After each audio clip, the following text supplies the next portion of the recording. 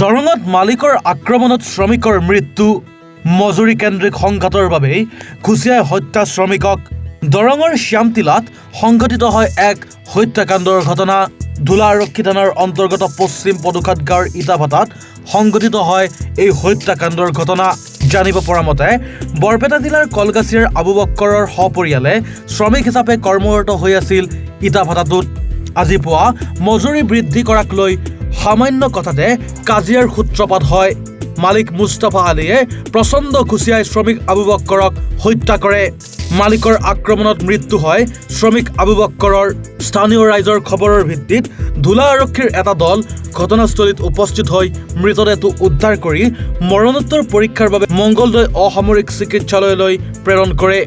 হত্যাকাৰী মালিক মুস্তাফা আলীয়ে পলায়ন কৰিছে দৰং জিলা আমচুৱে হত্যাকাৰীক গ্ৰেপ্তাৰ কৰি উপযুক্ত শাস্তি প্ৰদান কৰাৰ লগতে মৃতকৰ পৰিয়ালক 20 লাখ টকাৰ ক্ষতিপূৰণ দিয়াৰ দাবী উত্থাপন কৰিছে শ্যামটিলা অঞ্চলত যি অবৈধভাৱে বুলিয়ে ক'ম কাৰণ এইখিনি এৰিয়াত 4-5টা ইটাভাটা হৈছে এই ইটাভাটা যিখিনি এই চাৰিওফালে মানুহ আছে সেই মানুহবিলাকৰ যি দুৰ্ভোগ ভুগিব লগা হৈছে পৰিৱেশ প্ৰদূষণ হৈছে বায়ু প্ৰদূষণ হৈছে বিভিন্ন মানুহৰ অসুবিধা হোৱা সত্ত্বেও কি সূত্ৰে প্ৰশাসনে এনেকুৱা পৰিৱেশত এই ইটাভাটাসমূহ পাৰ্মিশ্যন দিলে এইটো দুৰ্ভাগ্যজনক কিন্তু আজি মালিক পক্ষৰ লগত কৰ্মচাৰী যি হতাহতিৰ ফলত এজন কৰ্মচাৰীয়ে মৃত্যুবৰণ কৰিলে এই মৃত্যুবৰণ কৰাৰ ফলত যিগৰাকী মালিকে এই মালিকে মাৰিলে এই মালিকজনক এতিয়ালৈকে প্ৰশাসনে কোনো ধৰণৰ মানে ব্যৱস্থা গ্ৰহণ কৰা নাই কৰায়ত্ব কৰা নাই তাৰ লগত কোনে জড়িত আছে এই ক্ষেত্ৰত তেখেতসকলক কোনো ধৰণৰ ব্যৱস্থা গ্ৰহণ কৰা নাই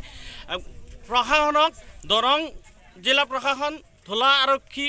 পানবাৰী আউটপোষ্টৰ আৰক্ষী বিষয়া মহোদয়ক অনুৰোধ জনাইছোঁ তেখেতে যাতে অতি সোনকালে যিসকল দোষী ব্যক্তি আছে তেখেতসকলক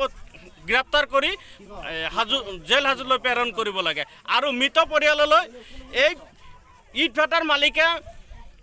আৰ্থিক মিনিমাম 20 লাখ টকা আৰ্থিক সাহায্য দিব লাগে এই পৰিয়ালটো কেনেকৈ চলিব কাৰণ তেখেতৰ পৰিয়াল আছে সৰু সৰু ল'ৰা ছোৱালী আছে কণ বাচ্চা আছে গতিকে এই ক্ষেত্ৰত প্ৰশাসনে ইটভাটাৰ মালিকৰ পৰা এইখিনি ল'ব লাগে আৰু আৰ্থিকভাৱে চৰকাৰীভাৱেও সেই পৰিয়ালটোক এককালীন সাহায্য দিব লাগে ইয়াৰ উপৰিও এই ইটভাটা যেতিয়ালৈকে এই তদন্ত গোচৰটো সম্পূৰ্ণ নহ'ব তেতিয়ালৈকে এই ইটভাটাখন বন্ধ ৰাখিব লাগে এই ক্ষেত্ৰত আমি দৰং প্ৰশাসনক অনুৰোধ জনাইছোঁ ব্যুৰো ৰিপৰ্ট এনিভাৰত 24 জুবিন গাৰ্গৰ গীতসমূহৰ ওপৰত আধাৰিত গানে কি আনে নামৰ এটা সুন্দৰ অনুষ্ঠান আপোনালোকৰ ওচৰলৈ আহি আছে অতি শীঘ্ৰে অহা 15 আগষ্টৰ পৰা ধেমাজিৰ পৰা প্ৰথম অডিশ্যন আৰম্ভ হ'ব আৰু সেই অডিশ্যনৰ যোগেদি বিভিন্ন কণ্ঠশিল্পীসকলে যিসকলে এই অনুষ্ঠানত যোগদান কৰিব বিচাৰে তেওঁলোকে এই অডিশ্যনৰ যোগেদি আগবাঢ়ি আহক আৰু